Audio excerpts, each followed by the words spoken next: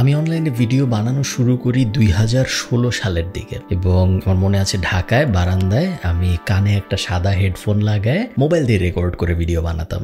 2017 সালে আমি আয়ারল্যান্ড চলে আসি মাস্টার্স করতে এবং প্রথম যখন আমি আয়ারল্যান্ডে আসি মাস্টার্স করতে তখন আমি সাগর পাড়ের খুব সুন্দর একটা জায়গায় থাকতাম, student dorm type set up. But ওই সুন্দর জায়গাটার একটা প্রবলেম ছিল, সেটা হলো ওখানে আসলে ভিডিও রেকর্ড করার মতো কোনো অবস্থা ছিল না। ইনফ্যাক্ট আমার আসলে কোনো একটা ক্যামেরা যে রাখবো, বা আমার অ্যাকচুয়ালি তখন ক্যামেরা ছিল না, আমি মোবাইল দিয়ে ভিডিও রেকর্ড করতাম। সুন্দর করে যে কোথাও একটা মোবাইলটা রাখবো যাতে একটা ফ্রেমিংটা সুন্দর হয়, আঁকা বাঁকা না হয়, ওইরকম অবস্থা আসলে ছিল না। হয়তো চাইলে বানানো যেত, বাট তখন আমার লাইট টাইট কিছুই নেই এবং ওরকম মন থেকে আসেও নেই আমার ওই সময় ভিডিও বানানোর কোনো ইচ্ছা বা আগ্রহ। আমার মনে আছে ওই বাসায় আমি একটা ভিডিওই বানিয়েছিলাম, সেটা হলো আমরা একটা ওয়েবসাইট বিক্রি করেছিলাম $14,000 এবং সেই ওয়েবসাইট বিক্রির কথা আমি শেয়ার করেছিলাম বিছানায় বসে আমার মোবাইল এভাবে সামনে নিয়ে মোবাইলের দিকে তাকায় তাকায়। মাস্টার্স শেষ করার পরে আমি প্রথম একটা স্টুডিও অ্যাপার্টমেন্টে উঠি, যেটা বলতে পারেন আমার নিজের একদম একটা apartment. 1 bedroom, 1 bathroom, 1 living room এবং ছোট একটা কিচেন। এবং এই অ্যাপার্টমেন্টে আমি ওঠার কিছুদিন পরে কোভিড শুরু হয় এবং আমি আর মাকলু মোটামুটিভাবে আটকা পড়ে যাই, যেভাবে সবাই আটকা পড়ে গেছিল কোভিডের সময়। একটা জায়গার মধ্যে আমরা আটকা। এই লিভিং রুমটায়, ছোট লিভিং রুমটার ভিতরে একটা ডাইনিং টেবিল ছিল গোল, এবং এই গোল ডাইনিং টেবিলটার উপরে আমি তখন একটা ক্যামেরা বসাই এবং আমি একটা নীল রঙের মাইক কিনি এরকম, এবং আমি ভিডিও বানানো শুরু করি। একটা ক্যামেরা, একটা মাইক এবং একটা সাদা লাইট সামনে রাখা, বক্স টাইপ একটা বেসিক লাইট, সফট বক্স সহ, যে সাদা লাইটটা আমার উপর ফোকাস করে থাকবে এবং আমি ক্যামেরার দিকে তাকায় মাইকের ভিতরে কথাবার্তা বলবো, তারপরটা রেকর্ড হবে। আমি নিজেই তখন এডিট করতাম ভিডিও, সিঙ্ক করতাম ফাইনাল কাট প্রো দিয়ে। আমি তেমন এডিট পারতাম না, আপনারা আমার আগের ভিডিও দেখলে বুঝবেন যে কোনো এডিট আসলে নাই ওইসব ভিডিওগুলো। এবং তারপরে সেই ভিডিও আমি পাবলিশ করে দিতাম। ওই সময় আমি হোয়াইট শার্ট শো নামে একটা শো বানাই, যেখানে আমি ডিজনি নিয়ে, পেপ্যাল নিয়ে বিভিন্ন ইন্টারেস্টিং ভিডিও বানাই, যেগুলো অনেক মানুষ দেখে। এবং তখন আমার কাছে ওই নাম্বারগুলো অনেক বড় ছিল, কারণ তখন আমার সাবস্ক্রাইবারই হয়তো 70,000, 80,000, 90,000 এরকম। 1 লাখও তখন আমার সাবস্ক্রাইবার টাচ করে নেই। তখন যখন হঠাৎ করে কোনো একটা ভিডিও এত মানুষ দেখে, আমি নিজে একটু প্রাউডও ফিল করতাম, একটু অবাকও হইতাম, একটু শকড হতাম। কোভিড শেষ হওয়ার পরে আমি প্রথম আমার একটা প্রপার বাসায় উঠি, যেটা ছিল একটা 3 বেডরুমের বাসা।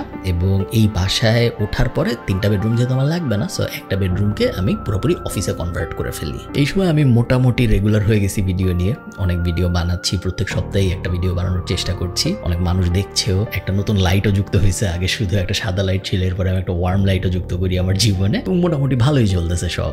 এই সেটআপে আমি প্রায় 1 বছরের কাছাকাছি সময় পর্যন্ত ভিডিও বানাই এবং তারপরে হঠাৎ করে আউট অফ নোওয়্যার বাড়িওয়ালা জানায় যে ওই বাসাটা বিক্রি হয়ে যাচ্ছে।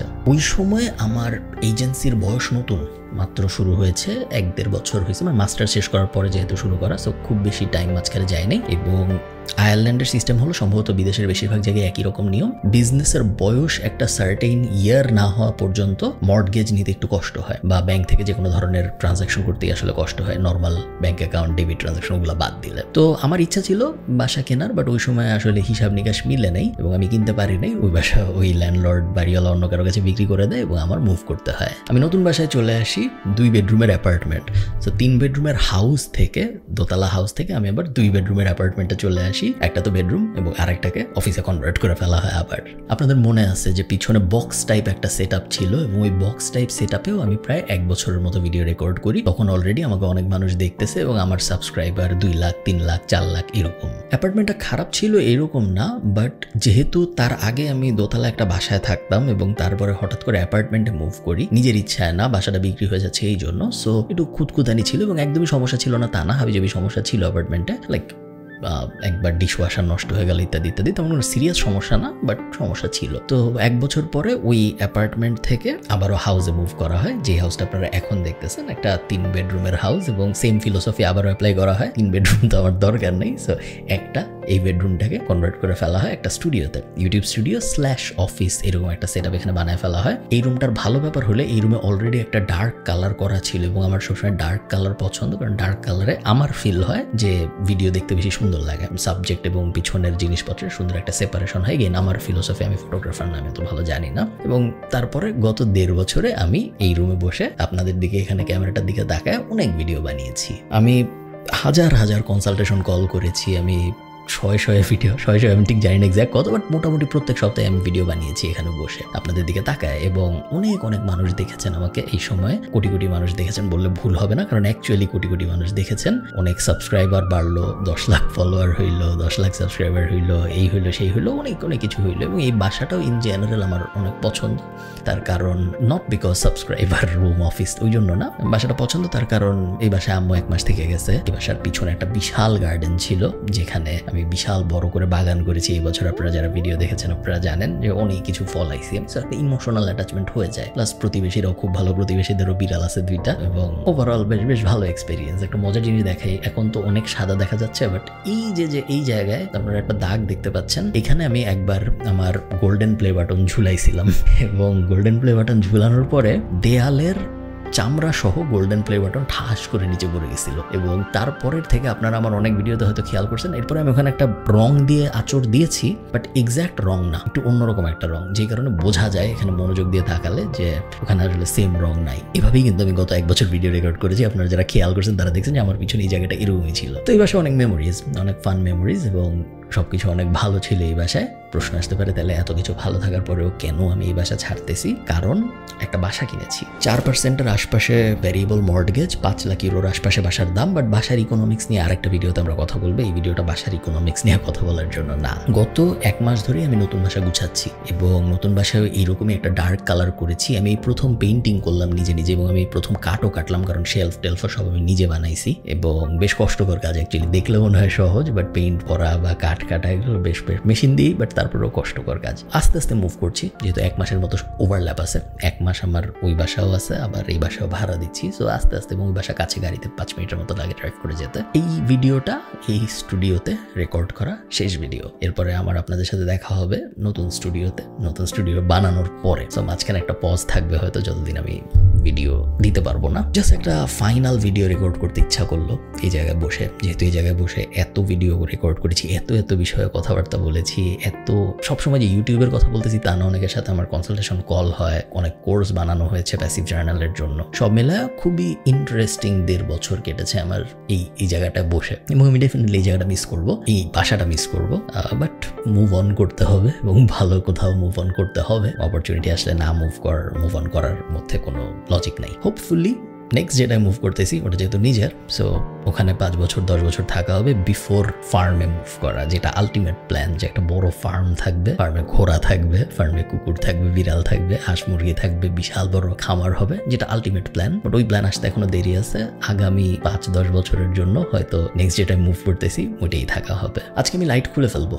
এদিকে যখন আমি তাকাই আমার চোখে আপনারা লাইটের রিফ্লেকশন দেখেন, এদিকেও যখন আমি তাকাই আমার চোখে আপনারা লাইটের রিফ্লেকশন দেখেন। দুই পাশে 2টা বড় বড় লাইট, আমার সামনে ক্যামেরা, পিছনে সবকিছু খুলে ফেলছি, আপনারা দেখতেই পাচ্ছেন কিছুই নাই পিছনে, এখন অদ্ভুত দেখাচ্ছে। এই টেবিল, আমার সামনে যে টেবিল, এই টেবিলে অনেক কিছু আছে, কম্পিউটার আছে, তারপরে প্রিন্টার আছে, হাবি জাবি চশমা টশমা অনেক কিছু আছে। সবকিছু প্যাক হয়ে যাবে এই ভিডিওটা শেষ করার পরে, এবং আপনাদের সাথে আমার দেখা হবে নতুন বাসার নতুন স্টুডিওতে। জাস্ট একটা জিনিস বলে রাখি, আমার ধারণা আমি এনাফ বলি না। আমার যখন 1 লাখ সাবস্ক্রাইবার হয়েছিল তখন আমি থ্যাংক ইউ ভিডিও টাইপ বানাইছিলাম। এরপরে যখন আমার 2 লাখ সাবস্ক্রাইবার হয়েছে তখন আমি একটা থ্যাংক ইউ ভিডিও বানিয়েছি। এরপরে মনে হয় 3 লাখ বা 4 লাখে আর বানাইনি, 5 লাখে একটা বানিয়েছিলাম। আমার মনে আছে যে থ্যাংক ইউ সবাইকে সাবস্ক্রাইব করার জন্য, আমাকে দেখার জন্য, কনজিউম করার জন্য। 5 লাখের পরে আর কোনোদিন বানাইনি। এরপরে 6 লাখ, 7 লাখ, 10 লাখ, 12 লাখ, 13 লাখ হয়েছে, বাট আর কখনো বানাইনি। এবং আই ফিল আমার থ্যাংক ইউ এনাফ বলা হয় না, কারণ এই জিনিসটা নর্মাল না যে একজন মানুষকে বছরে 70 মিলিয়ন ভিউ হবে, কোটি কোটি মানুষ দেখবে,